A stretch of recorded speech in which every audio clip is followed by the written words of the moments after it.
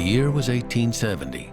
The United States was only a few years off the heels of the Civil War and the assassination of President Abraham Lincoln.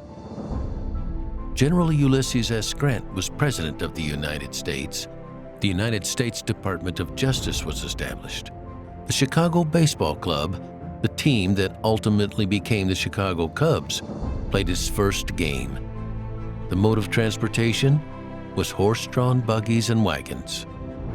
The location was New York City. Construction of the Brooklyn Bridge was underway. The first of New York's 4 elevated railroads opened.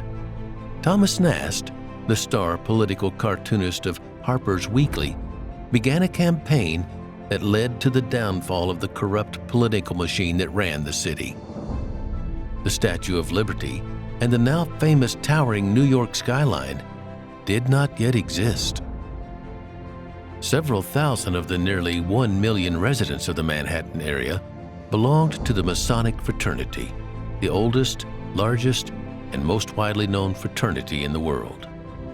The Knickerbocker Cottage, a quaint 3-story white building with black shutters and ornate lampposts, was a restaurant located at 426 6th Avenue. The restaurant was a popular lunch spot for many Masons who worked and lived nearby. At that time, a short-lived 13 craze swept the United States.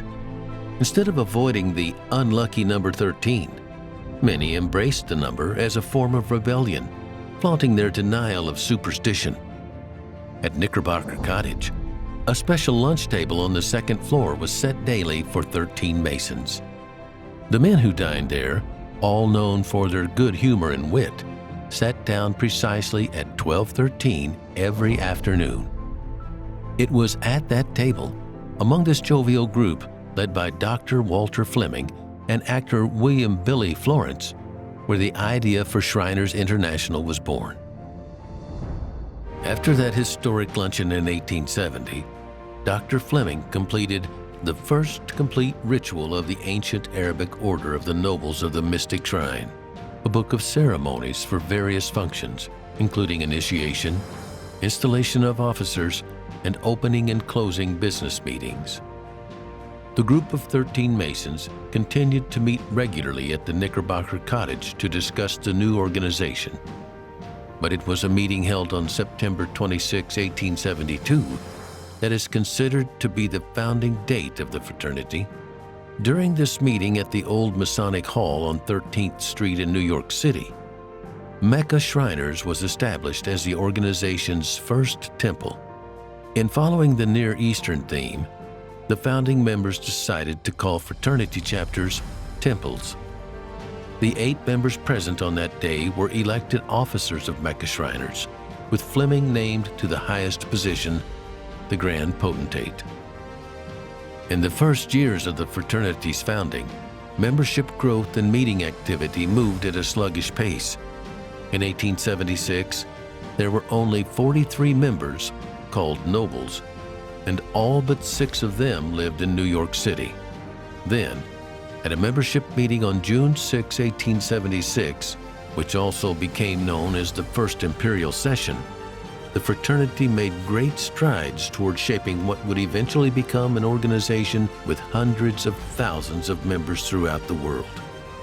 During this meeting at the Masonic Lodge in New York City, the 20 members in attendance established the governing body of the fraternity, originally called the Imperial Grand Council. 14 nobles of Mecca Shriners were elected to serve 3-year terms on the Imperial Grand Council, with Dr. Fleming presiding as the Grand Potentate.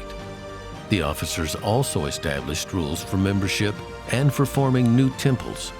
Leadership also charted a second temple, Damascus Shriners, in Rochester, New York. The organization, however, was still in need of more members, so Dr. Fleming, Florence, and other founding members embarked on a publicity and recruiting campaign.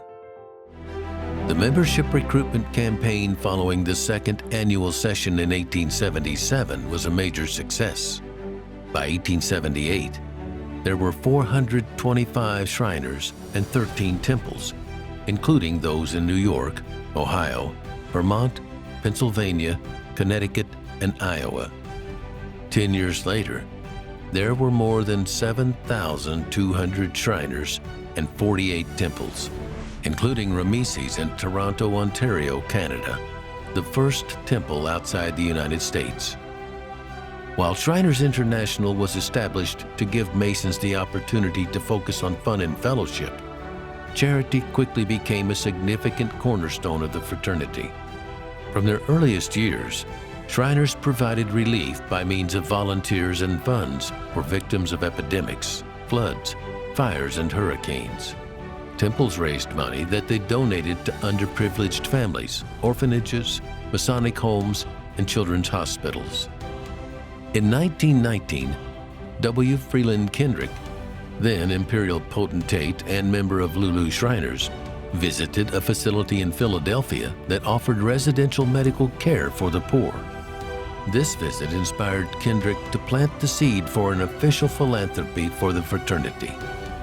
Kendrick traveled more than 150,000 miles, visiting a majority of the 146 temples throughout North America to campaign for an official philanthropy. During his travels, he was also introduced to the Scottish Rite Hospital in Atlanta, which provided medical care to children with orthopedic problems whose families were not able to pay for care.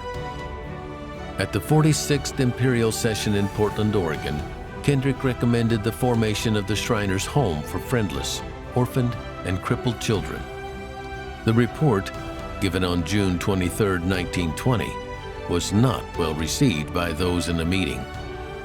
That afternoon, Kendrick took the floor again and proposed building a hospital for children with disabilities and recommended that the funding come from an annual $2 per capita tax to fraternity members, and that it would be called Shriners Hospital for Crippled Children. Many Shriners expressed doubts about the practicality and the responsibility that comes with starting and running a children's hospital.